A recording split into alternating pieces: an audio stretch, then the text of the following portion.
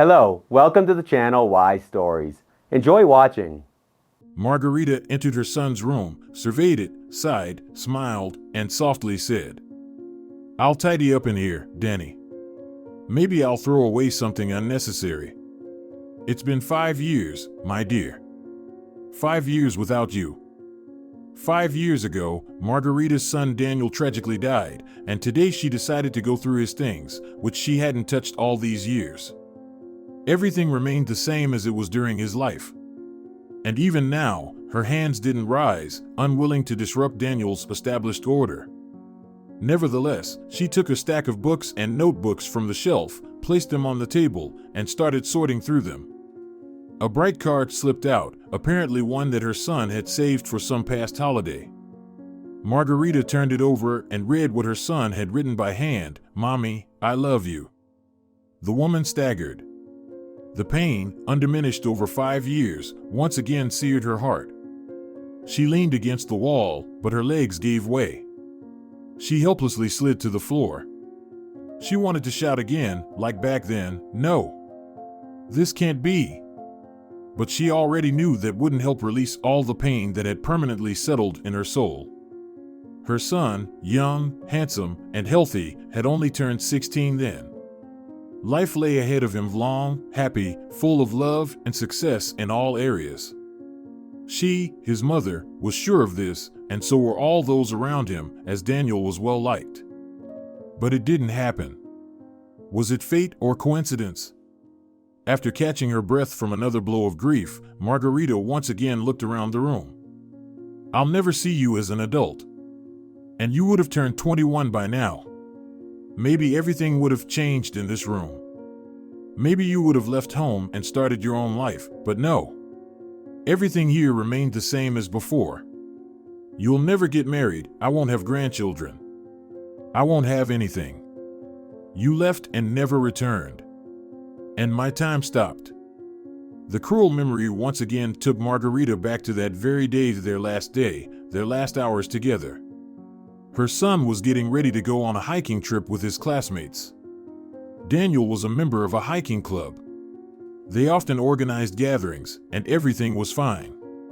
But they had never gone so far and for so long before. 2 weeks was just too much. Margarita helped her son pack, but an unexplainable worry gnawed at her heart.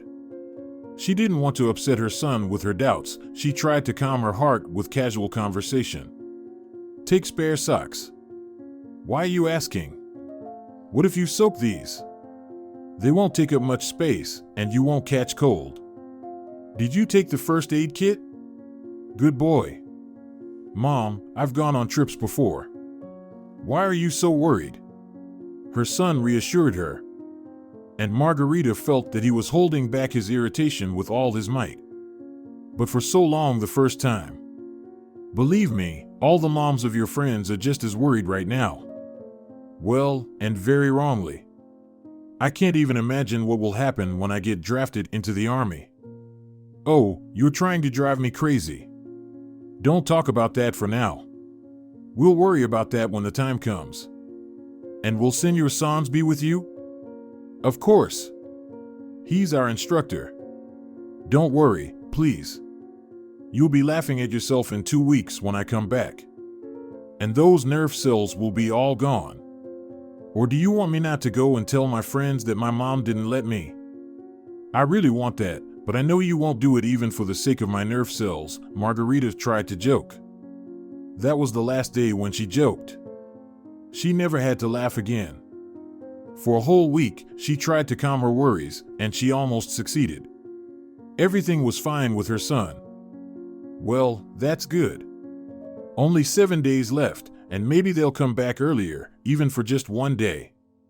Let's say they lose money, run out of food. No, let nothing like that happen. Let everything go according to plan.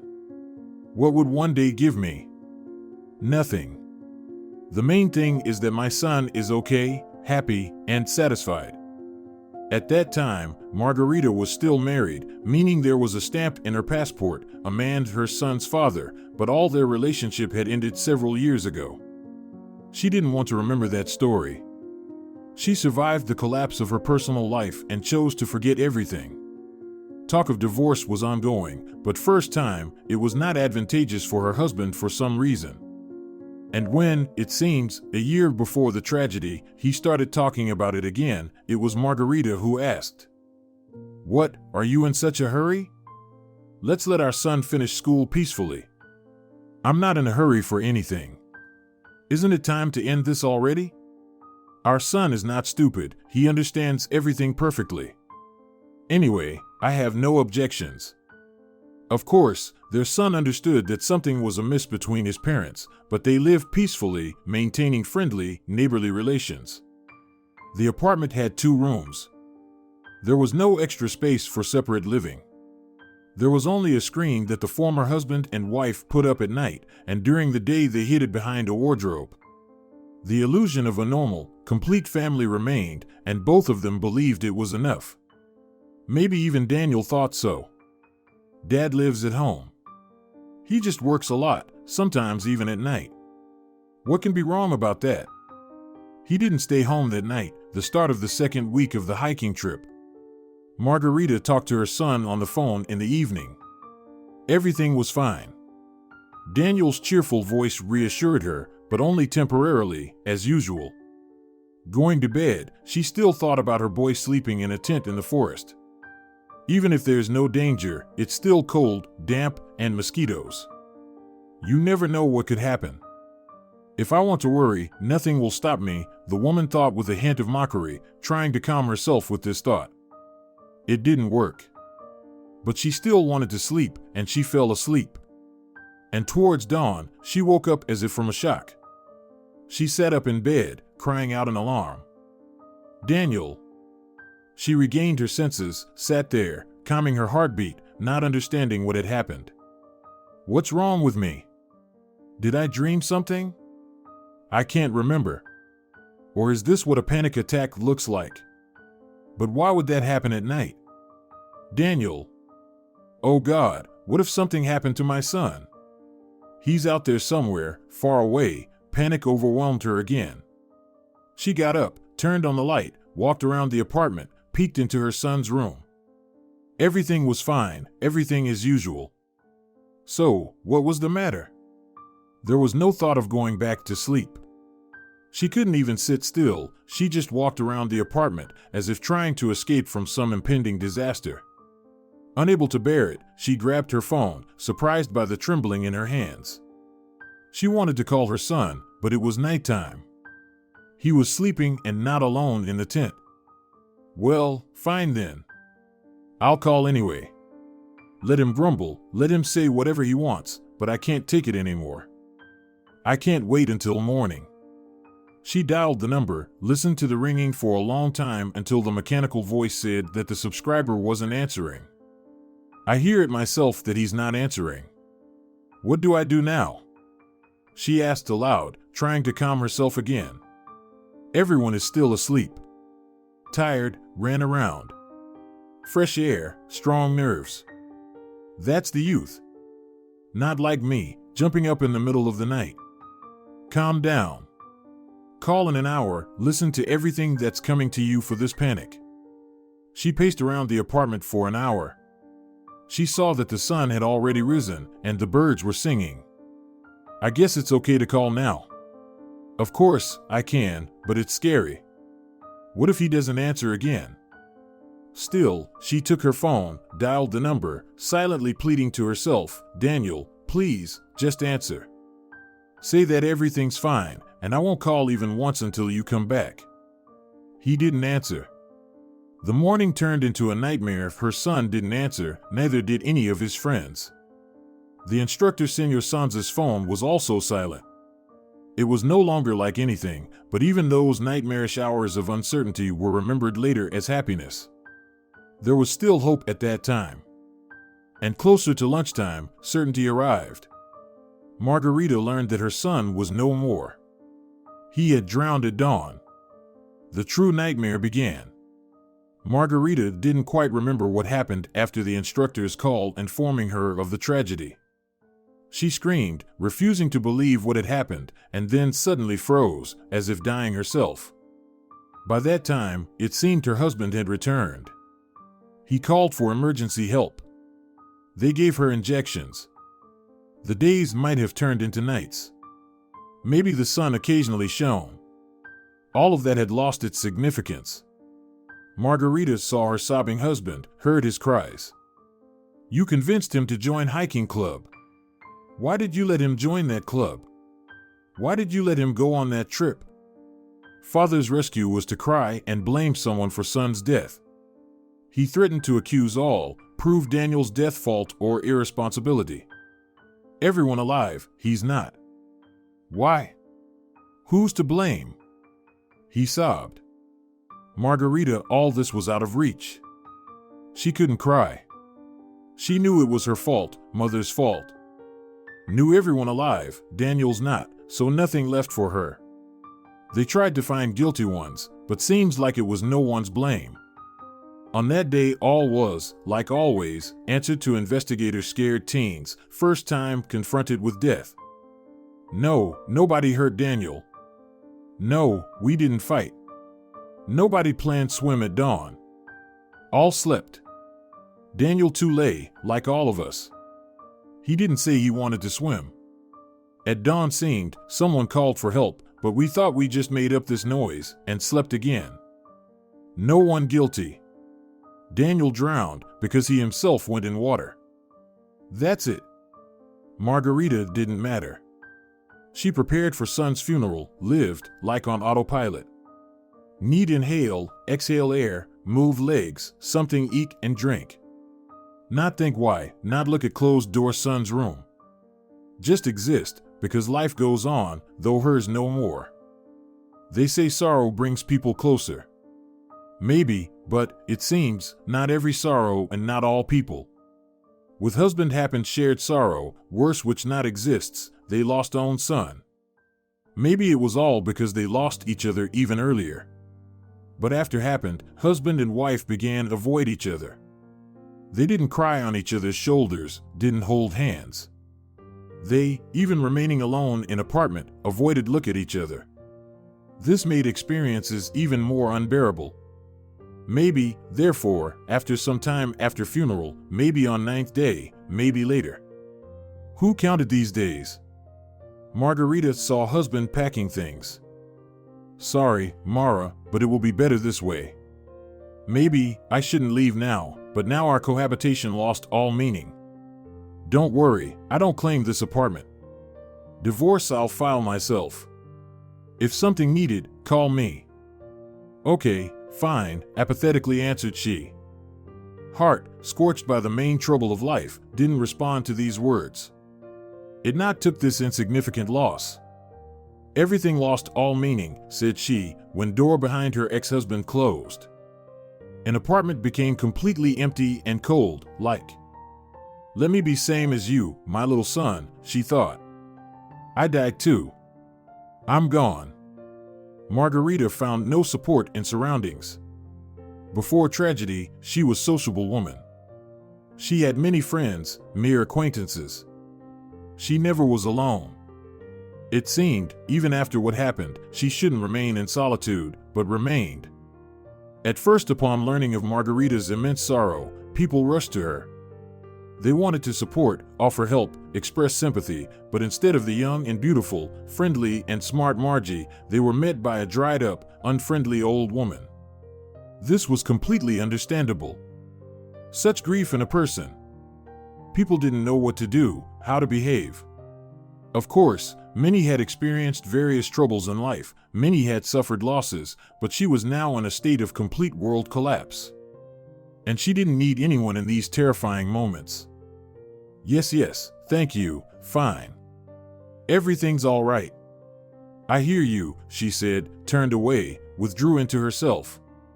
Nothing could be changed. The people understood that they couldn't help in any way. Moreover, Margarita couldn't currently accept any help. We're probably torturing her in vain, someone said. Better leave her alone. Let her go through everything that's happening herself, and then. What will happen afterwards is unknown, but people decided not to torment her with their sympathy, persuasions, and convictions. Moreover, some believe that grief is contagious, since all her friends were also mothers. All had children of approximately the same age, with their own hobbies, often carrying their own dangers. They were afraid to fall into this circle of misfortune that Margarita was invisibly surrounded by. She remained alone in this circle and was not at all upset about it. She felt calmer alone.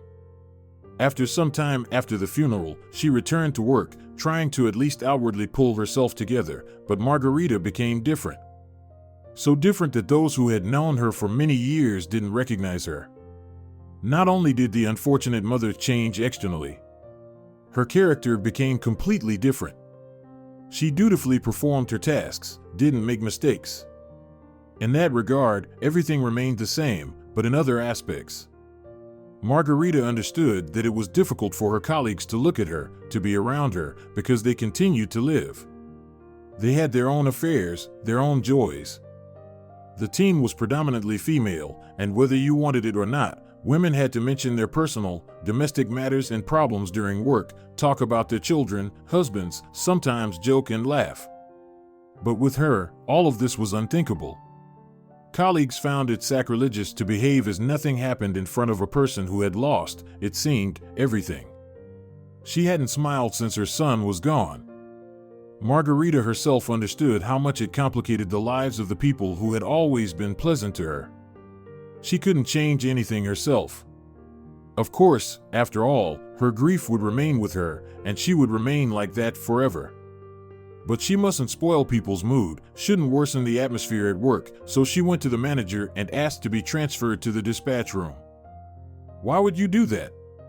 Hiding his eyes, the manager said, "You're handling your duties. Besides, the salary there is much lower." "I'm okay with it," replied Margarita, who had become very reserved. "You understand. It's hard for me, and it's hard for everyone when I'm around." "Maybe you're wrong about that. They say, on the contrary, when there's grief, it's easier to endure it together with others." The manager tried to convince her, but he understood everything perfectly well, and without further discussion, he signed the application. From then on, Margarita sat alone in a small room. She answered phone calls, handed out keys, accepted documents. It was harder, but even the thought of returning to the team didn't arise. She brought a book with her and read. Not fiction, no. There were stories about love, happiness, motherhood in any case. It was too unbearable. She started reading historical books. Information about the distant past was somewhat comforting. Many events happened in the world before she lived, before Daniel lived. People suffered, died, and the world continued to live on. Only for her, for Margarita, there was no continuing.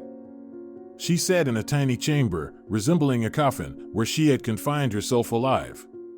Previously, another elderly woman, cheerful and sociable, worked here, and people often gathered near the dispatch room. Everyone wanted to chat with her. Now, however, anyone encountering Margarita's extinguished gaze hurried to leave as quickly as possible. After work, she went home to the empty and dead apartment, which was also steadily turning into a tomb. And then, unintentionally, Margarita realized that there was a corner there where life was still preserved, Daniel's room. It was as if the spirit of the young owner, who had left forever, still lingered there. Everything here was just as Daniel had left it: books, notes, pencils, discs, some other items whose names the mother either didn't know or had forgotten. She tried not to touch anything, just so as not to scare away Daniel's spirit. Once a week, she carefully wiped off the dust from horizontal surfaces, vacuumed the carpet, and that was it. And in the evenings, she spent hours in this room, conversing with her son as if he were alive. And how could she not rejoice in her solitude? If someone found out about this tendency of hers, they would think she had gone mad, they would force her to seek treatment, they might even decide to dismantle everything in Daniel's room. Even thinking about it was terrifying. No, everything would remain as it is there, and her son would remain there. She hadn't gone mad. He's just the only person she can talk to. Yes, he can't reply, but Margarita is sure he hears her and is present somewhere nearby. Even in the cemetery, where she also went almost every week, she didn't feel such unity with her son. There he was still dead, but here he remained alive. Perhaps he's the one who helped her survive, regain her senses, come to herself, simply not completely lose her mind in her grief. In the evenings, after sitting alone in her dispatch room, she would hurry home to talk to her son, tell him about everything that had happened to her during the day, complain, ask for advice. Yes, she didn't get an answer. She hadn't gone crazy, didn't hear voices, didn't see ghosts, but still, it was easier for her to have at least this kind of interaction with the world. Others, it seemed, had completely disappeared. A year went by, then a second. Many people began to gradually forget about the tragedy that had befallen Margarita. Their lives didn't stand still. And those who didn't know her before had no idea why this woman sat in the dispatch room perpetually gloomy, reserved. "When I see her, my mood spoils," a young colleague said capriciously. "Can't she make her face a bit simpler, even for the sake of working with people?" "And she doesn't seem that old," her friend replied. "But you know, they say someone close to her died or something. Everyone loses someone. I myself have buried so many relatives. My beloved grandmother died, and my uncle, my dad's brother, last summer. So what? I cried a bit and continue living, not spoiling anyone's mood with my sour face." Margarita overheard this conversation. Maybe it was meant for her to hear. She let out a heavy sigh. The grief still wouldn't let her go. If she managed to forget about her son for a moment, returning to thoughts of him brought even greater pain. She herself would be glad to distract herself, to forget. At some point, while getting ready for work, she decisively set aside her black blouse. After her son's death, she always wore black. She pulled out something she used to wear from the closet. Not colorful, not bright, but not black either. She put it on. It turned out that clothing could also affect her mood and facial expression, but did she have the right to forget her mourning? Wouldn't she offend her son's memory this way? Wouldn't she show people that she's ready for life when she wasn't ready at all? However, from that day on, Margarita changed somewhat. She decided that she had no right to be a fright to people and to ruin their mood. "I'm not old yet," the woman thought. "Those around me might call me the harbinger of death or a witch, and maybe with my appearance, I'm actually offending my son's memory. He probably wouldn't be happy to know what his mother has turned into. He loved it when I looked nice." In the evening, of course, she talked about this with Daniel. "What do you think, son? Shouldn't I do a bit of makeup before work?" She asked aloud and shivered. There were no voices, but suddenly a little bird landed on the windowsill for a second, hopped up and down a few times, and flew away cheerfully. "Well, yeah. Perhaps I should," the woman decided. And gradually, people stopped avoiding the dispatch room where no longer sat a gloomy old woman, the mere sight of whom sent shivers down their spine, but rather a not very young, not very cheerful, simply serious and reserved woman. What could they do? Such people exist too. She looks after appearance, dresses decently, and goes to work diligently. So, everything must be fine with her. The thought of seriously changing her life didn't cross Margarita's mind, as she believed that changes weren't meant for her. One spring day, as she was leaving the cemetery after placing flowers on her son's grave, a man approached her. He wasn't old, around 50. Margarita had noticed him at this sad place before, and she smiled sympathetically and understandingly. "Yes, that's how fate is, such is life," he sighed. "I often see you here because I'm here often myself. I visit my ones. They're all here, parents. My wife passed away a year ago, and she's buried here next to our daughter, who was just a baby. That's life. What can we do?" Margarita sighed in response. She didn't want to talk about who she visited. It didn't concern the man. And he, it seemed, understood that and started talking about something else, the good weather, the upcoming summer, plans. Margarita already regretted responding to the first sentence. Maybe she should have just nodded and walked away. She didn't want to talk because she had no plans. And now, it seemed like a conversation was starting, and she needed to either continue it or stop it. And how do you stop it if he keeps talking? They walked outside the gates, and the man unexpectedly invited her to a cafe. There's one nearby. It seems to be specifically created for people like us. They sometimes hold memorial events there, and you can also just sit there. A quiet, peaceful place, no cheerful music, no dancing, and other such distractions.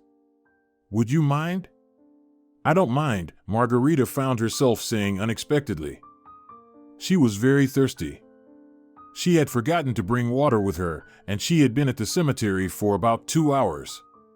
It was getting quite hot. She certainly hadn't been thinking about cafes. She had planned to enter the first store she came across and buy a bottle of water.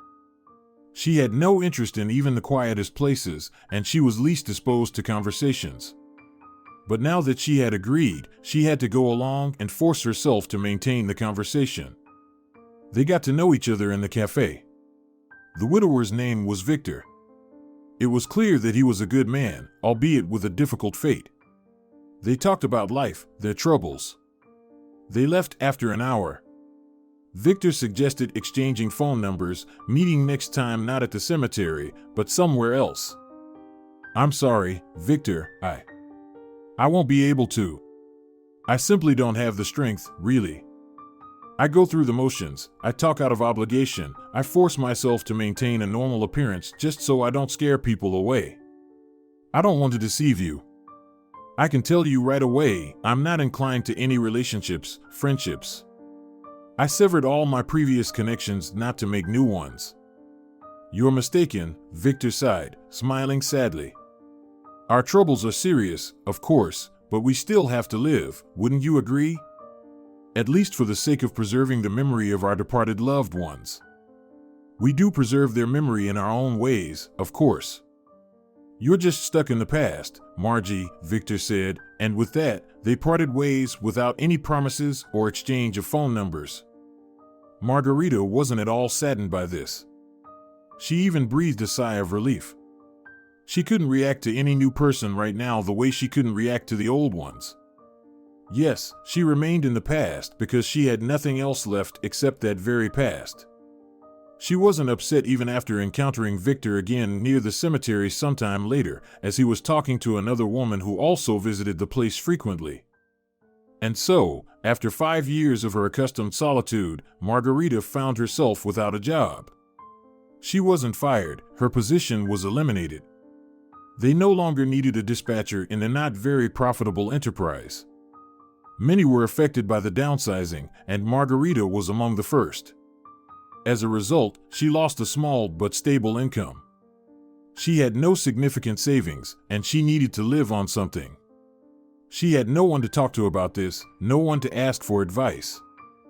Margarita remained completely alone, and it was her own doing, of course.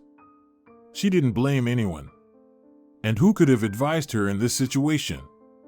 She never had acquaintances capable of finding her a new job, negotiating with someone, providing some substantial assistance beyond sympathy, and that was the last thing she needed. However, she could talk about her troubles with her son, her beloved and only conversationalist, her advisor for the past few years. He couldn't say anything to her, but she could speak her mind and explain her thoughts on the matter. Perhaps, by speaking everything out loud, she would come to some final decision. In the evening, she entered her son's room, took her usual seat, a chair placed beside his bed. She sighed and began. Well, Dani, my life has completely lost its meaning. I left my job, or rather, I was let go. Downsizing. I turned out to be an unnecessary staff member both at work and in this world in general. Yes, today I received my employment record and my final pay, and I won't need to go anywhere tomorrow morning. It's frightening, my son. I'm not exactly needed at work, but what about without it? How will I pay for the apartment? How will I even live? And do I need to live? If only you could take me with you, Daniel. Maybe there, we'll find some place for me. After that, she decided to tidy up her son's room, to go through his things for the first and perhaps the last time. That's when she found that same card, "Mommy, I love you." She lowered herself onto the chair again, clutching the card to her chest, and tears flowed from her eyes for the first time in a long while. "I love you too, my son. The only person who loved me.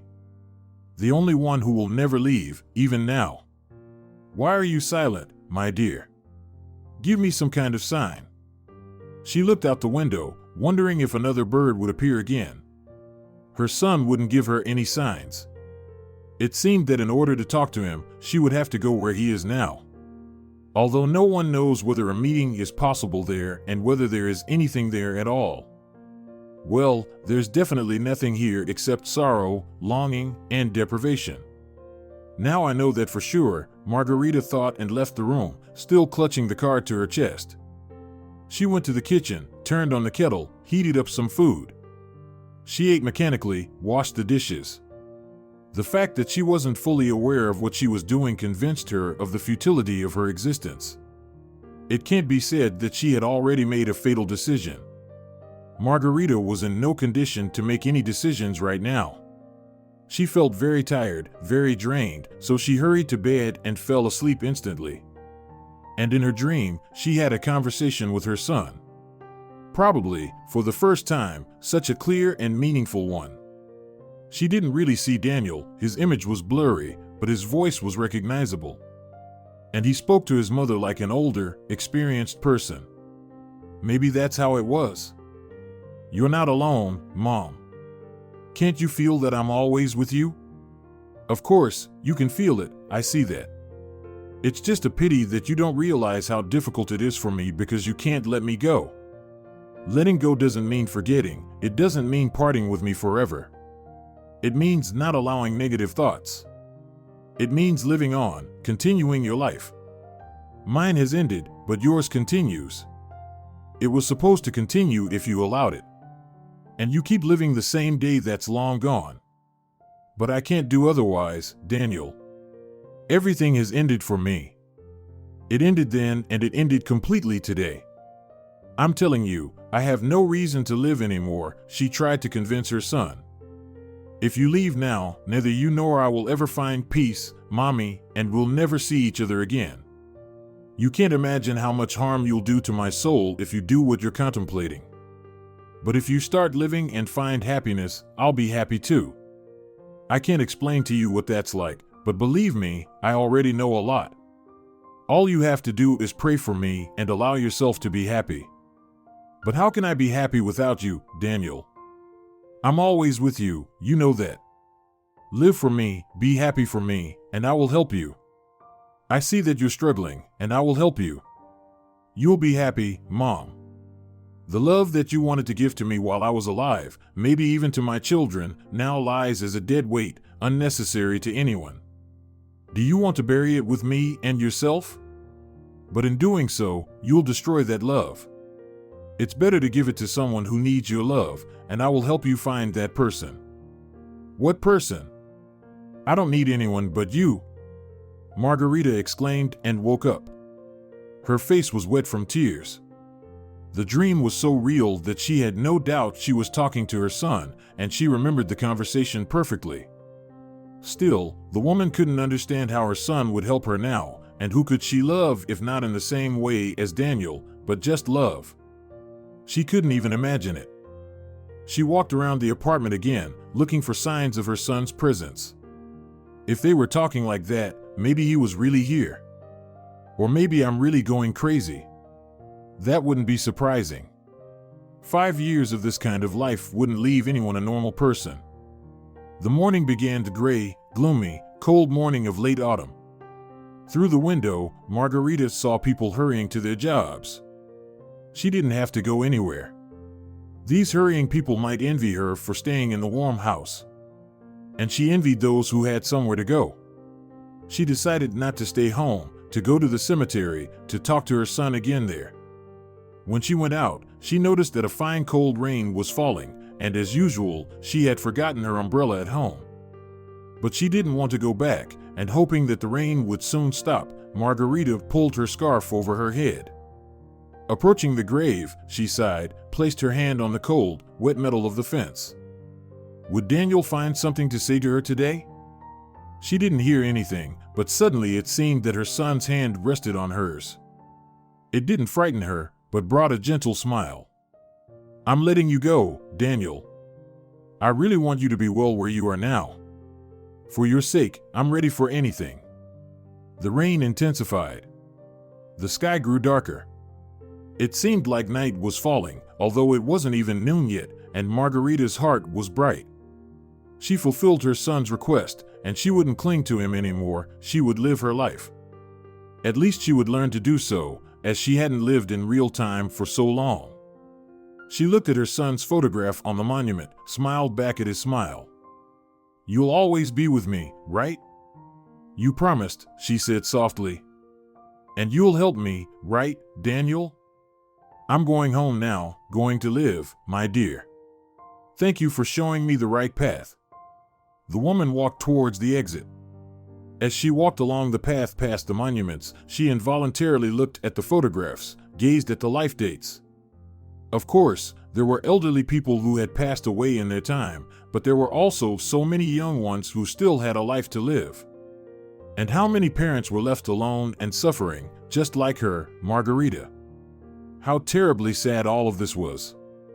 She looked at the beautiful and youthful faces, and her heart constricted with pain for those who had departed and with sympathy for those who stayed on this earth.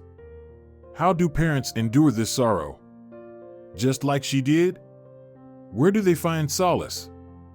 There was no one at the cemetery at this time.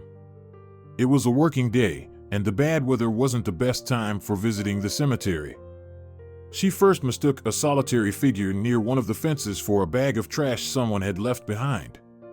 Probably they were cleaning up around the graves for winter, and something was left behind. But as she got closer, she was surprised to realize it was a person. A little boy was squatting in front of a monument, leaning against the fence. And he sat there without moving. It was strange and even frightening. What are you doing here? Margarita called out to him as she approached. Nothing, the boy answered in a slightly hoarse voice. You can't sit like that. You'll catch a cold. Why did you come here? Do you have someone buried here? Her heart squeezed even more at the sight of the lonely child. Mom and Dad. They died in a car accident, the little boy said. That's where the sorrow was, because the child couldn't have been older than 7. Maybe even younger. And he was sitting here alone on the grave of his parents. Was it for her, an adult, an independent woman, to lament fate? My son is buried here. He drowned at the age of 16, the woman said for some reason. 16 is a lot. I'm only 7, the boy said. That's not little either, to know that you shouldn't sit on cold ground. You might catch a cold. Get up, don't sit. What's the difference? Nobody needs me anymore.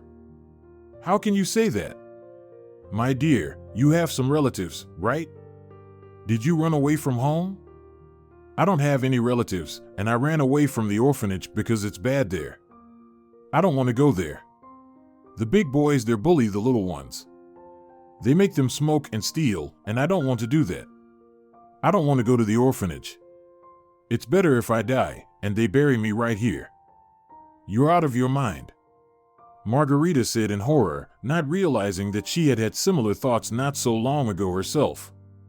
But she could somehow explain her own thoughts, but for a 7-year-old child. Let's get up, let's go from here. The boy obediently stood up, and Margarita saw that his face was not only wet from the rain but also from tears. She hugged the child's shoulders. You're a good kid for not listening to those who teach you bad things. Such actions won't lead to anything good. Don't cry, you must be happy for the sake of your parents. They'll see that you're doing well, and they'll be happy too. Up in the sky? The child asked, looking up at her with trusting eyes. Yes, up there. And they will help you, you'll see. But for now, let's introduce ourselves. My name is Margarita Cano. You can call me Aunt Mara. And what's your name? I'm Gabby. Well, now we've met. Let's go to a cafe. There's a good one nearby.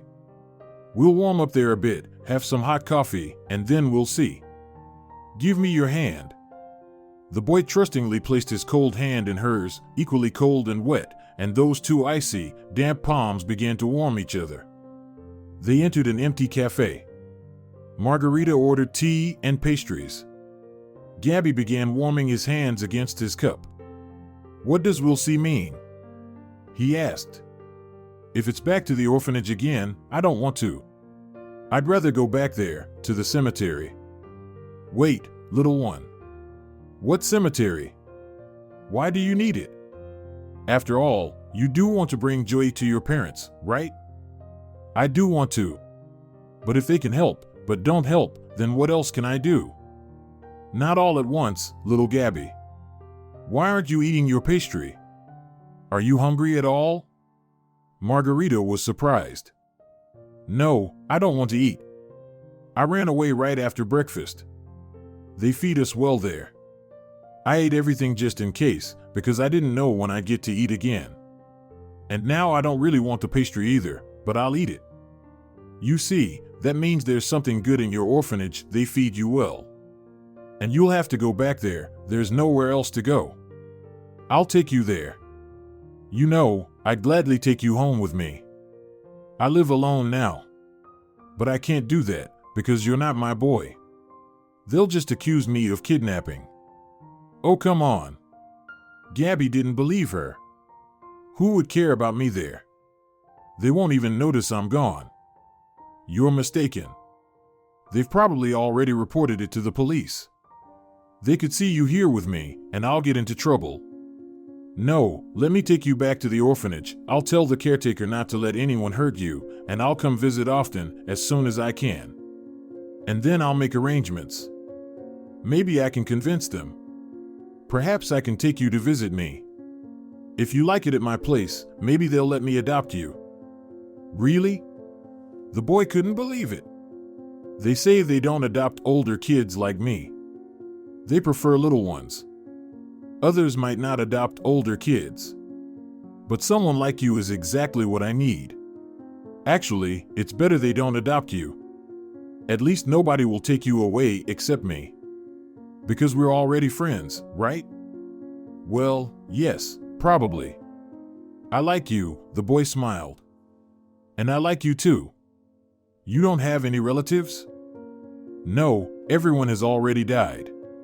Grandma, Grandpa, they're buried there too. They say there's some uncle, but I've never seen him, and he lives who knows where. He might not even know about me.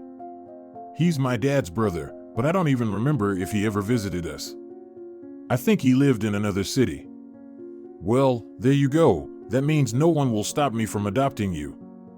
I have an apartment and, I'm sure, soon I'll have a job too. I don't have it yet. And then we'll be together. I have a spare room for you. That's where my son Daniel used to live." Her heart jolted again. Do I really have to give Daniel's room to someone else? Well, yes. It seems this is Daniel's help, and it's beginning. Now this little one needs me. And there's no need to worry that Daniel's order will be disturbed. Everything is right and good. Gabby, warmed up and having had some sweets, perked up a bit and confidently showed Margarita the way back to the orphanage. "Aunt Mara, are you not tricking me? Will you really visit me?" he asked anxiously. "Of course not. I won't trick you, and I will definitely visit. And what are you going to say to my caretakers now? Let's not tell them that I tattled, that I said boys teach bad things. They really do teach bad things, but being a tattletale is bad. You can just say I missed my mom and dad and went to the cemetery. All right, let's say that. I'll have to talk to the caretakers anyway. I need to arrange for them to allow me to visit you. I hope we'll really be together soon. Maybe by New Year's." "Wow, New Year's isn't soon," Gabby said. Of course, for a child, that's not soon, but in reality, it was only about 3 months away. "Time will fly by quickly," Margarita reassured him. They arrived at the orphanage, went inside. "Ah, there he is, our little traveler. exclaimed a woman who seemed to be the on-duty caregiver, addressing Margarita. "Where did you find him? Thank you for bringing him. He's been with us for not long. He can't get used to everything yet." "It's hard to get used to something like this," Margarita sighed. "But please don't scold him too much. He's a good boy. He was at the cemetery, by the grave of his parents." "Oh, what a tragedy. Well, what can we do? Don't we understand anything?" No one was planning on scolding him too much. "Are you the caregiver? I wanted to talk to you specifically about Gabby." "Wait right here in the hallway. I'll take him to his group, let him change clothes. He's all wet. Soaked his feet. Well, you see, who's going to deal with your cold?" "I'm not sick. I'm tough," Gabby replied independently. Margarita waited for the caregiver and explained her request. "You understand, this boy really touched me. I'm all alone now. My own son died 5 years ago, my husband left. Before, I never even thought about anything like this, but now that I've seen Gabby, I've decided that I need to adopt a child. Otherwise, life will be completely meaningless. I'm only 43 years old, which means I might have to live for a long time. When I imagine that it will be like this." "Yes, you're right, of course. Regarding adoption, it's better for you to talk to the head of the orphanage. And also about visitations. Just don't change your mind. Because there are people who see an orphan child, get all sentimental, promise them the world, but then they go back home, think it over, and decide why do they need someone else's child. And the child waits, believing immediately. Some poor kids wait for years, and they've been forgotten long ago. Oh no, believe me. That won't happen with me. I've been thinking for 5 years about why I'm living. Turns out, the answer could be right here. Maybe Gabby needs my love and care precisely for this reason. Maybe it's worth living for him." With the head of the orphanage, Margarita obtained permission to visit Gabby, but there could be problems with adoption. The main condition was a stable and official job, which Margarita didn't have for the past 2 days. "I'll definitely find a job. I have everything I need, an apartment, all the necessary documents. I have no debts." "That's good. Then look for a job for now, and we'll see how it goes.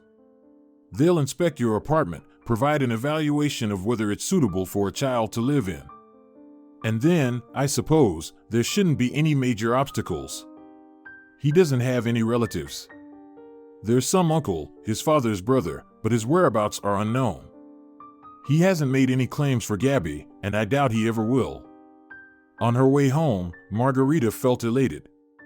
Perhaps a new life, full of meaning and love, would start for her soon. She was already thinking about what to buy for Gabby for his first visit, how to rearrange Daniel's room. And work. Yes, work was definitely needed. The sooner, the better. But where to find it and what kind? However, Margarita didn't have any specific requirements. She was willing to take any job, as long as the salary wouldn't hinder her adoption of the child. The woman mentally reviewed her acquaintances, thinking about who she could ask for help. There weren't many such people. Honestly, there were none at all. When she left her previous job, some of her coworkers cried because they didn't know where to look for new work. "I'll probably have to look through job ads," Margarita decided. "Some people seem to get lucky. And I'm sure I'll get lucky too."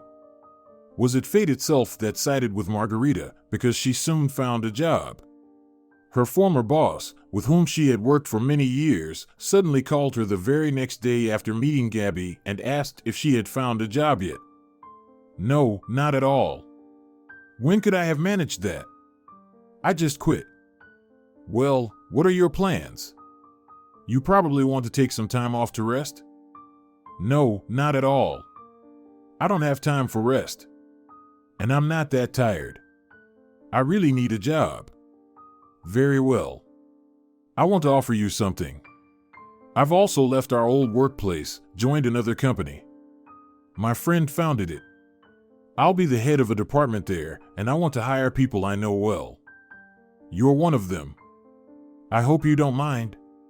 The salary will be decent, much better than what you had in dispatch, and the prospects are quite promising. Thank you so much, Senor Delgado. I didn't expect this, really. I didn't know where to turn. Still, there's age and some shortcomings I have. What age? Your age is just right. We'll work on the shortcomings, don't worry. Well, I'm kidding, of course. I know all your shortcomings, and most importantly, your strengths. I hope everything will work out for us. I really hope so too. By the way, you will probably provide me with a reference if needed? What's the question? Absolutely. In short, everything was falling into place as perfectly as possible. Soon, Margarita had a good job and a stable income. Strangely enough, her strength seemed to have increased as well. She did a thorough cleaning of Daniel's room, which would soon become Gabi's. She visited her future little son quite regularly, and after a couple of weeks, she was allowed to take him out for weekends. Wow! Is this going to be my room? The boy exclaimed with joy. That's just awesome. I used to have a room too, but it was connected to a bigger one, not separate. A separate room is so much better, right? And it even has a balcony. Wow! Yes, but you can't go out on the balcony for now. I sealed the doors so there wouldn't be drafts. Later we'll get different frames and doors. Maybe we'll even glaze the balcony. Then you'll be able to go out in winter too, but that's for next year. Cool. You know, Aunt Mara, if you adopt me, will it be like having a mom? Well, yes, of course.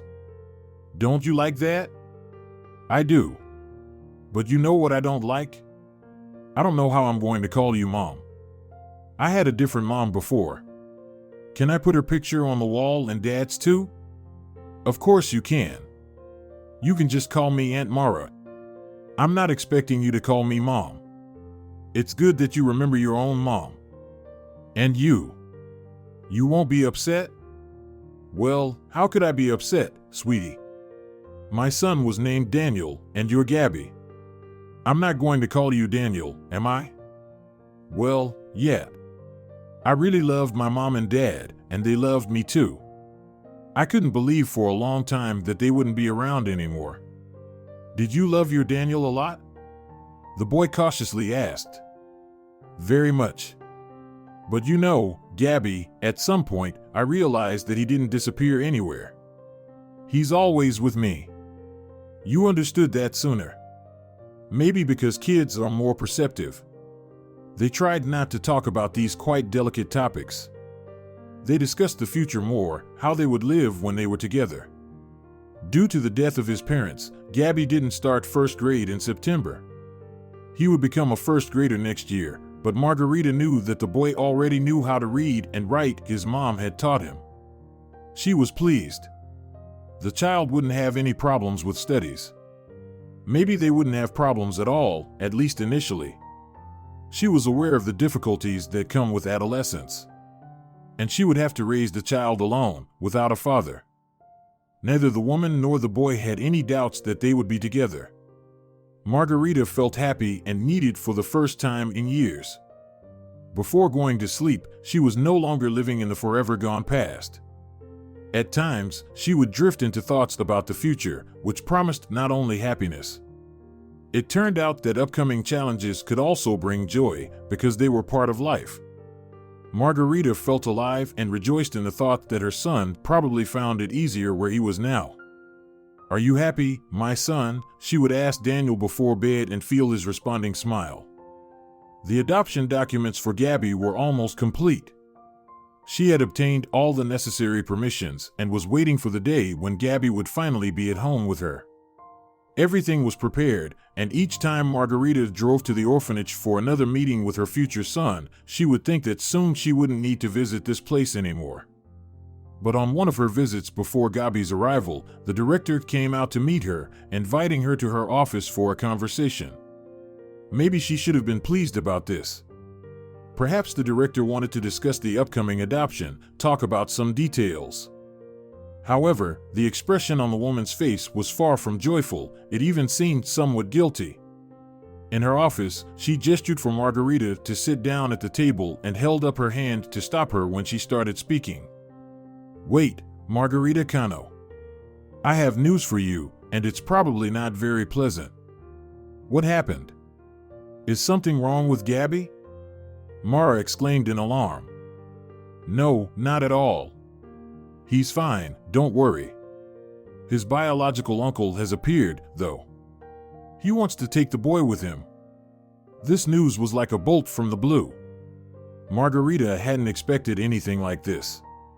In the first moment, she didn't even grasp the full scope of the tragedy. "What do you mean, take the boy?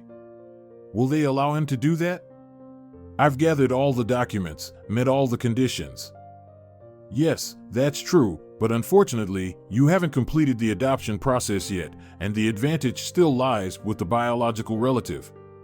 He has also gathered all the necessary documents and has a legal right to the child." "For heaven's sake, what right does he have? He doesn't even know this child, and we've been together for several months now. We're already making plans for our life together. He already considers my home his own, not just me. And suddenly, some uncle shows up who didn't want to know about him before. It's not quite like that. He had his circumstances that prevented him from appearing earlier. So, he couldn't show up for almost a year? And now what? What does Gabby himself say about this? I don't believe he'll just go with a completely unfamiliar person, even if he's a blood relative, and reject me. The thing is, Gabby is not yet 10 years old, and his opinion won't be seriously taken into account. The person who wants to take him is his close relative, his biological uncle. Meanwhile, you are a stranger, unfortunately. No, I refuse to understand anything about this. So, a child can be given away to anyone without his consent, based on some kind of kinship document, and they will refuse a person with whom they have a spiritual bond, practically unity. That, you must admit, is inhumane. I just can't believe this." Margarita was on the verge of tears from desperation.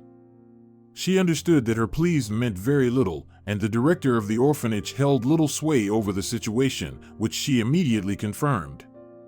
"You know, I agree with you to some extent, but I have to act according to the letter of the law, not just personal feelings. However, don't lose hope completely. Nothing is final yet. It's entirely possible that the decision will be in your favor. And it's also possible that it won't be. But can I at least see Gabby today? I'm sorry, but no. It's not my decision, and it's made in the best interest of the child." Margarita understood that pleading, proving her point, convincing in this situation was utterly useless. She asked the headmistress to inform her about the final decision of the guardianship authorities. She bid her goodbye and left. Snow was falling outside. It came down in soft, fluffy flakes. Children love this kind of snow. She and Daniel used to go for walks in such weather, and it was wonderful. And then she dreamed of walking like this with Gabby. Today, they could have taken a stroll, catching snowflakes on their tongues, admiring the snow-covered trees. She could have warned her son not to play in the snow for too long. But she's walking alone now. The snow covers her slumped shoulders, clings to her eyelashes, melts, mixing with tears that now, it seems, she has no need to hold back. Mascara smears, probably flowing down her cheeks. Well, let it. Who sees her now? Who cares about her? Luda sat down on the snow-covered bench. She had no strength to go further. Empty again, no hope again. Why do I lose everyone? She mentally asked, raising her eyes to the sky. Why do they take everything from me? It would be better not to give anything then, since I'll have to lose even the last thing. She lowered her head, covering her face with her hands. Sat quietly, covered in snow. Señorita, are you feeling unwell? Can I help you with something? A pleasant male voice sounded over her. Now here comes the sympathizer. He'll pity her, comfort her, and then, who knows, maybe something will work out. You're wrong, mister, the woman thought, raising her head. I'm not a senorita, and there's nothing for us to achieve, and you won't help me with anything. No one will help me anymore. She wanted to get up, but still had no strength. The stranger, a middle-aged man, handed her a pack of paper napkins. Well, that was a gesture of sympathy, and Luda accepted the napkins with gratitude. She started to tidy herself up, and the man was still there, standing nearby. What happened to you? I apologize, I don't want to pry into your soul, but you're killing yourself too much. Is it worth it? Often people go through things, and after some time, looking back, realize that the trouble wasn't worth it. Everything is solvable, everything can be fixed. Not everything. I'm sorry, but my troubles are such that you can't call them solvable or fixable. If you don't want to hear something utterly hopeless, you'd better turn around and go your own way. Thanks a lot for the napkins. Consider that you've already earned some karma points. She finally got up from the bench, walked down the street, thinking that the man would stop, but he didn't. He walked behind her. The snow kept falling. It was quiet, and nothing hindered them from talking. No, I'm sorry, now I definitely can't just turn around and leave, the man said firmly. I have to listen and find out what happened. Believe me, sometimes just talking about your problems is already half of their solution. Trust me, it's not mere curiosity. Well, fine. Let's say you're a priest, or a wizard, or some trendy therapist who believes that any problem can be talked away, chatted about, and forgotten.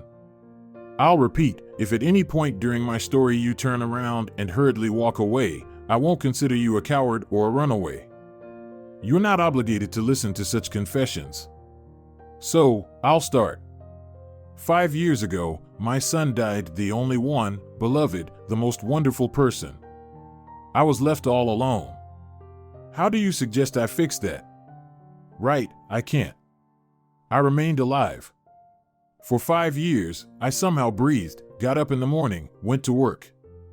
My husband left me right after the funeral. He considered our union exhausted. I don't know how he's living now. I'm not interested in that. 5 years I lived my life.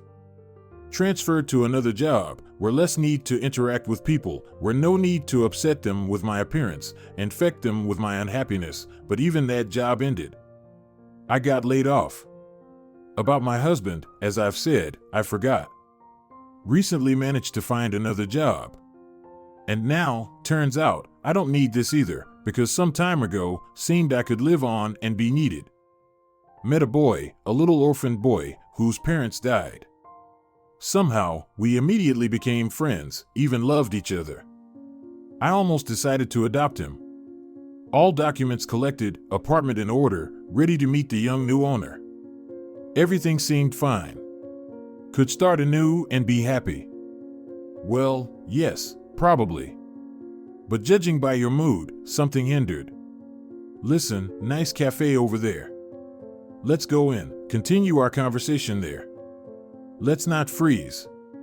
Although, honestly, not that cold. Wonderful weather today.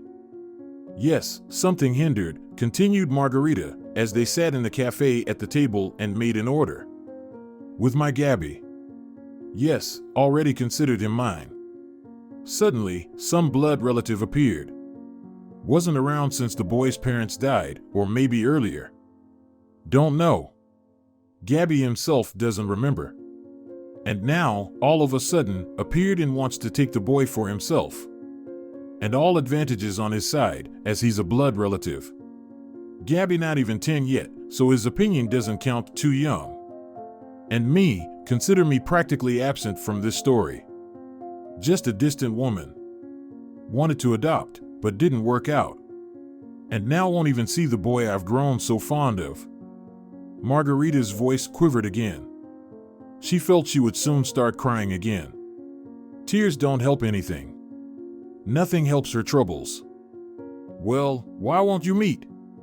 Maybe this uncle won't forbid you from meeting. He lives in another city, and unclear whether he'll need these meetings.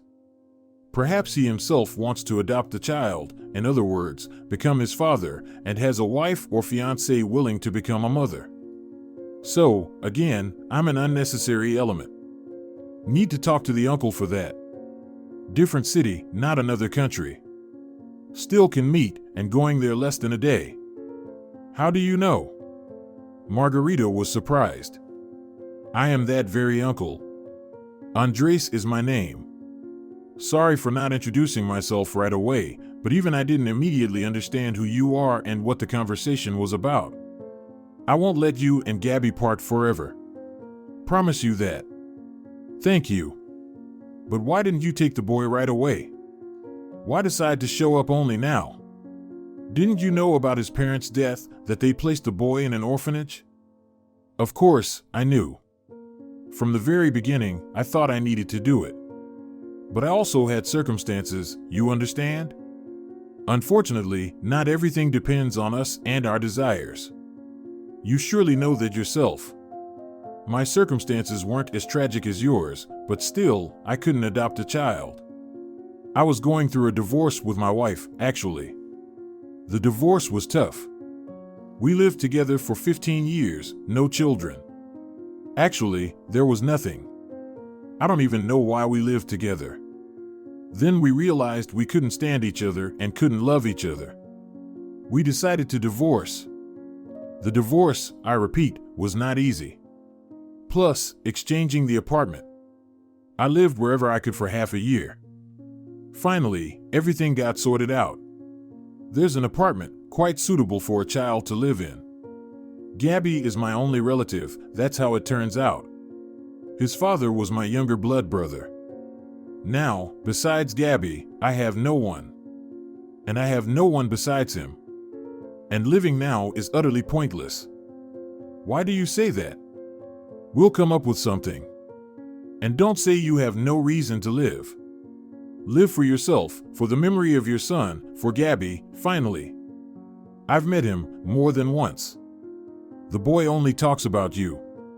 I see how attached he is to you. You're very important to him, Margie. Maybe we didn't meet for nothing? Margarita looked up at the man and for the first time really observed him.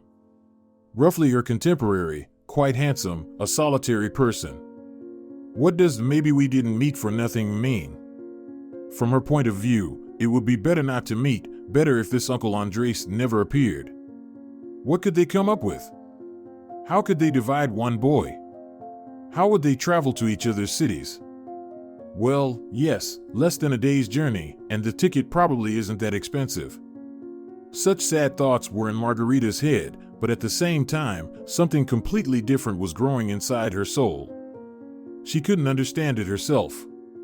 Andres also couldn't help but notice the sparks that ignited in her eyes from time to time. She seemed to be trying to remember something, some feelings that hadn't visited her for a long time. I understand, Margarita, what you're thinking about. You don't want to part with Gabby, and you understand that seeing each other will be quite strained now. You have work, he'll have school.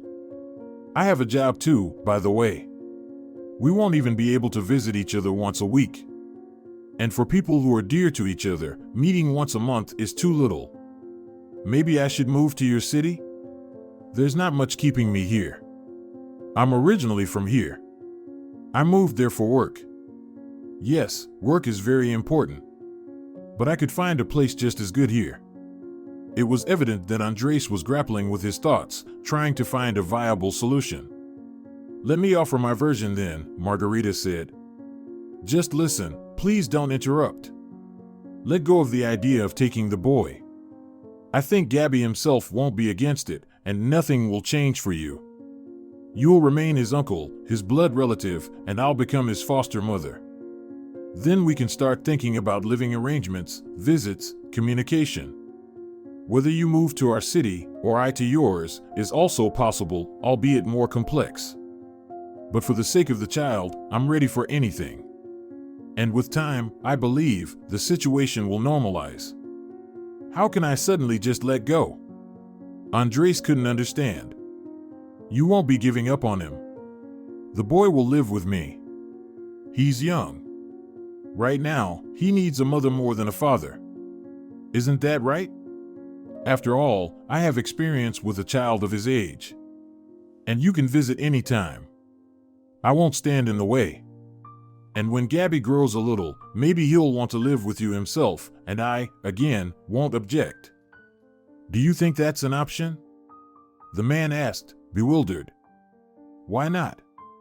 I'm grateful to you for not wanting to separate us, even being willing to move for it. But think for a moment how much time and effort it would take. And the child will keep living in the orphanage? And if there's no moving involved, then it will end up just as I said initially, with me remaining a complete stranger to Gabby. Maybe you're right. But it's also difficult for me to suddenly step back from taking my nephew. I think we should do this. Let's talk to Gabriel together, explain the situation to him. I think my version would suit him better. Yes, you're right. We probably need to talk to Gabriel himself. The next morning, they headed to the orphanage. This time, both candidates for adopting the boy were allowed in. They called for Gabby. Seeing both his uncle and Aunt Mara, he rushed towards them, spreading his arms wide for a hug, embracing them both. You both came at the same time. That's so great. I wanted you both to come together. Then he quieted down, puzzled. Aunt Mara, do you know that Uncle Andy also wants to take me with him? I know, Gabby, but let's talk about it a little later. Let's go, let's all take a walk together. There's so much snow piled up. Margarita replied. They had a wonderful walk, and they decided to have a serious conversation at a cafe. During the walk, Gabby, distracted from his serious thoughts, grew puzzled again.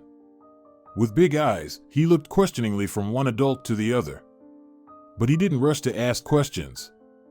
When the boy had a snack, Margarita initiated the difficult conversation. Gabby, your uncle and I are thinking about who you'll be with now. You know me better and I already have a home, but Andres is your real uncle, your closest relative. So, Aunt Mara, are you refusing me? Gabby's eyes filled with tears. I will never refuse you. Just understand, you can't live in two places at once, can you? That's why we came together, to ask you. Who would you like to live with? We both love you very much. We both need you, but the final decision is yours, Margarita finally said. And both adults felt ashamed for putting the child in such a position. Gabby sat there, bewildered, shifting his gaze between the man and the woman. He didn't know how to answer. I don't know whom to choose. I don't want to choose, he said, tears welling up. It's all right, calm down, Andres said. If I'm planning to move to the city anyway, why don't we exchange our 2 apartments for a larger one? That way, everything will be great. Hooray! That's a great idea you came up with, Gabby brightened up immediately. And we'll all be together, like one family. Aunt Mara, are you okay with this? Of course, Margarita agreed, a bit flustered. It's just not something that can be done quickly. Don't worry. Margarita wasn't as optimistic, but not wanting to upset the child, she smiled and agreed with everything the man said. After seeing Gabby back to the orphanage, the adults exchanged glances. I probably promised something extra, didn't I? Andres asked, embarrassed. I don't know. It was necessary to reassure Gabby, of course, but how are you going to manage now? I don't know. And should I? The idea, really, isn't entirely unreasonable. In any case, it might take quite a while before it's implemented, and we'll see how things go from there. Yes, you're probably right. Your plan was just so unexpected that I got a bit flustered. I need to focus on the adoption and everything else. Let it all unfold as it will. Not everything depends on our desires. It took quite a bit of time for their plans to come to fruition. The adoption of Gabby was the fastest part. Margarita prepared well and soon became the official mother of the boy she befriended in such an unusual way. However, dealing with the rest turned out to be much more time-consuming, but after 2 years, Margarita, Andres, and Gabby were already living in a spacious 4-bedroom apartment, like a regular complete family. A united and happy family. Margarita and Andres got married, officially becoming Gabby's parents, a role they were gradually getting used to. Each of them had experienced substantial losses, which taught them to value family, kinship, good relationships, and each other, of course. Margarita was getting ready to celebrate her jubilee. She turned 45. The main and dearest gift was a card from Gabby, on which it was written, "Mommy, I love you." He called her mom for the first time. Mara placed the card on the shelf next to the one she found among Daniel's belongings. "Everything is good with us," she silently said to her elder son. "Are you happy, my dear?" If you're enjoying it as well, leave a like and subscribe to the channel.